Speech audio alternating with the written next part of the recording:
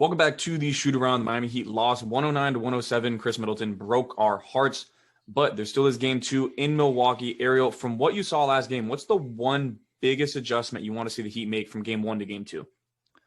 I don't know that a massive adjustment needs to be made. I feel like, the Heat had a lot of good looks within the flow of the offense. They just missed them. They shot really well from three, but everything below the 3-point line, like Jimmy went something like 3 for 17 or 4 for 17 on uncontested below the 3-point line field goal attempts. So like you would expect that to kind of correct itself.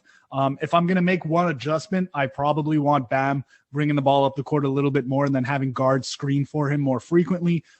If the Bucks are going to drop, which is what they're usually going to do defensively, Bam's got an open, elbow or mid-range jumper that he needs to step into or get himself going to the rim, see if you can draw some fouls on Giannis, on Brook, just get him a little bit more involved in the offense. Yeah, I agree. I think one thing I would like to see is kind of get Bam working more so on that like baseline area, like the low post, not posting up Brook Lopez, he'll be facing up, but just have the opportunity to kind of isolate a little bit on Brook, because when you go at Brook, he's a big dude and he does not foul. He knows how to play in the paint, but if you're able to get him on the post, make him move his feet a little bit, then he's not as effective. So that's one thing I would like to see. But really what it's going to boil down to is you need your best players to make shots. Like Jimmy Butler went 0 of 7 on mid-range, and he was on an absolute tear going into last game. He was on his last 20 games, I believe he was about 57% from mid-range, and he shot 0.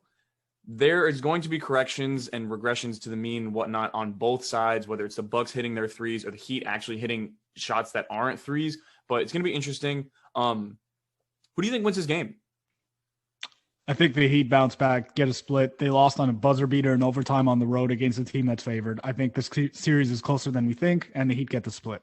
Yeah, I think from what we saw last game, this is two even teams that are going to battle it out. Like, it looks like it's going to be a long series, but in order to get there, I think the Heat need to get that split tonight.